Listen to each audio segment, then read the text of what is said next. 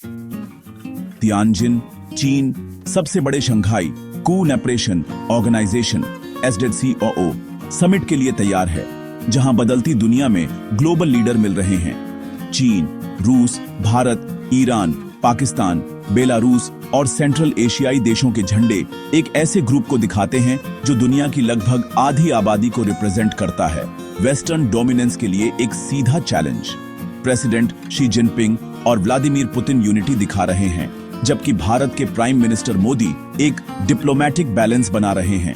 यह समिट सिर्फ एक सेरेमनी नहीं है, यह बैकरूम डील्स और स्ट्रैटेजिक रिकैलिब्रेशन का एक फोरम है, जहां लीडर इंटरनेशनल रिलेशन के आर्किटेक्चर को फिर से शेप करने की कोशिश कर रहे हैं। असली बातचीत बंद दरवाजों के पीछे होती है, जहां इकोनॉमिक पार्टनरशिप और सिक्योरिटी अरेंजमेंट चुपचाप बनते हैं। दुनिया देख रही है, क्या यह मीटिंग कोई असली बदलाव लाएगी या सिर्फ बिना सॉल्यूशन के वेस्ट के खिलाफ शिकायतों को बढ़ाएगी। मोदी और शी के बीच हाथ मिलाना 6 साल की मिसट्रस्ट को कम करने की एक कोशिश है, जिसकी शुरुआत 2020 के गलवान वैली क्लैश से हुई थी। यह मोदी का 2019 के बाद चीन का पहला विजिट है और स्टेक बहुत ऊंचे हैं। रिलेशनशिप को military stand of, economic decoupling और दोनों तरफ से पॉलिटिकल सेंसिटिविटी ने डिफाइन किया है। मोदी के लिए चैलेंज ये है कि वे घर पर स्ट्रेंथ दिखाएं और साथ ही चीन के साथ स्टेबिलिटी भी बनाएं। दोनों लीडर जानते हैं कि नॉन एंगेजमेंट अब पॉसिबल नहीं है। दुनिया देख रही है, क्या ये दो एशियाई जायंट पुरानी कड़वाहट से आगे बारेज पाएंगे या रिवलरी और गहरी होगी। इसका आउटकम इंडो पैसिफिक को स्टेबल कर सकता है या एक नए कन्फ्रंटेशन के लिए स्टेज सेट कर सकता है। अनसुलझी line of actual control LAC अभी भी मेन प्रॉब्लम है। 2020 के गलवान क्लैश ने दशकों की नाजुक शांति को खत्म कर दिया। दोनों तरफ से तब से भारी मिलिट्री डिप्लॉयमेंट है और बातचीत से सिर्फ कुछ हद तक डिसएंगेजमेंट हुआ है। भारत की प्रायोरिटी है कि वह इस गतिरोध को तोड़े और बातचीत फिर से शुरू करे, भले ही चीन इंपोर्टेंट एरिया से हटने को तैयार न हो। इस बीच यूएस टैरिफ और सैंक्शन ने भारत की इकोनॉमी पर दबाव डाला है, जिससे न्यू दिल्ली को पार्टनरशिप बढ़ाने की जरूरत पड़ी है।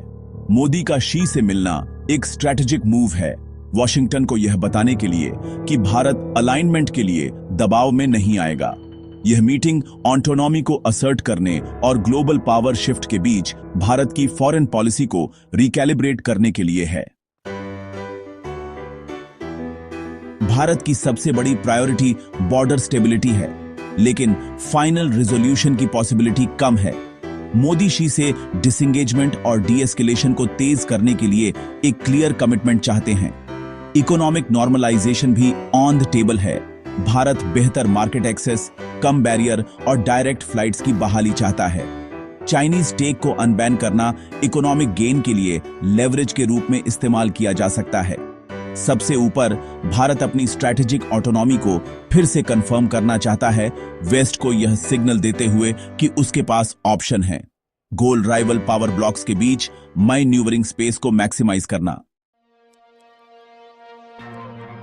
जैसे जैसे स्टेटमेंट सामने आएंगे, दुनिया स्पेक्टेकल से ज्यादा सब्सटेंस देखेगी।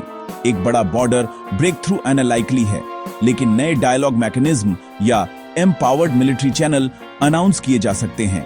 डायरेक्ट फ्लाइट्स को फिर से शुरू करना और incremental trade progress possible win है।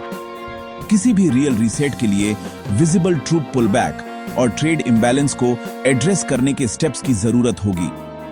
अगर टेंशन बनी रहती है तो समिट को एक फोटो ऑप के रूप में देखा जाएगा, न कि एक टर्निंग पॉइंट के रूप में। पॉसिबल रिजल्ट कोर इश्यूज पर असहमत होने का एक प्रैक्टिकल एग्रीमेंट, जबकि जहां पॉसिबल हो वहां कोऑपरेट करना। यह स्ट्रैटेजिक स्टेबलाइजेशन है, क्राइसिस को रोकना, न कि राइवलरी को हल करना। मोदी शी की मीटिंग S.CEDAW के बढ़ते इन्फ्लुएंस के बीच हो रही है, जो अब वेस्टर्न डोमिनेंस से वेरी एक बड़ा ब्लॉक है। भारत की मेंबरशिप एक बैलेंसिंग एक्ट है, सेंट्रल एशिया और चीन के साथ एंगेज करना, जबकि वेस्ट के साथ टाइज बनाए रखना। डायलॉग का इम्पैक्ट पूरे रीजन में फैलेगा, खासकर पाकिस्तान के लिए, जो अपने दो पड़ोसियों के बीच किसी भी पिघलन को करीब से देखता है। इंडस वाटर्स ट्रीटी और क्रॉस बॉर्डर टेररिज्म जैसे इश्यू अभी भी फ्लैश पॉइंट हैं। ट्रांस बॉर्डर रिवर जैसे ब्रह्मपुत्र पर कोऑपरेशन क्रिटिकल है लेकिन अनसुलझा है। समिट के आउटकम रीजनल सिक्योरिटी, ट्रेड और एसएचसीओ की क्रेडिबिलिटी को शेप देंगे। इस इंटरकनेक्टेड दुनिया में भारत चीन रिलेशन कई लोगों की डेस्टिनी को इन्फ्लुएंस करते हैं। जैसे ही समिट खत्म होता है, सवाल बना रहता है, क्या यह एक नया चैप्टर है या राइवलरी में सिर्फ एक पॉज है? गहरा मिसट्रस्ट और अनसुलझे डिस्प्यूट एक मीटिंग से खत्म नहीं हो सकते। फिर भी इकोनॉमिक और स्ट्रेटेजिक प्रेशर ने दोनों पक्षों को टेबल पर आने पर मजबूर किया है। भविष्य में कंपटीशन और कोऑपरेशन का मिक्सचर होगा, कुछ एरिया में प्रोग्रेस, दूसरों में स्टेलमेट। सक्सेस दोनों देशों पर डिपेंड करता है कि वे डिस्प्यूट को अलग करें और इंटेंट को एक्शन में बदलें।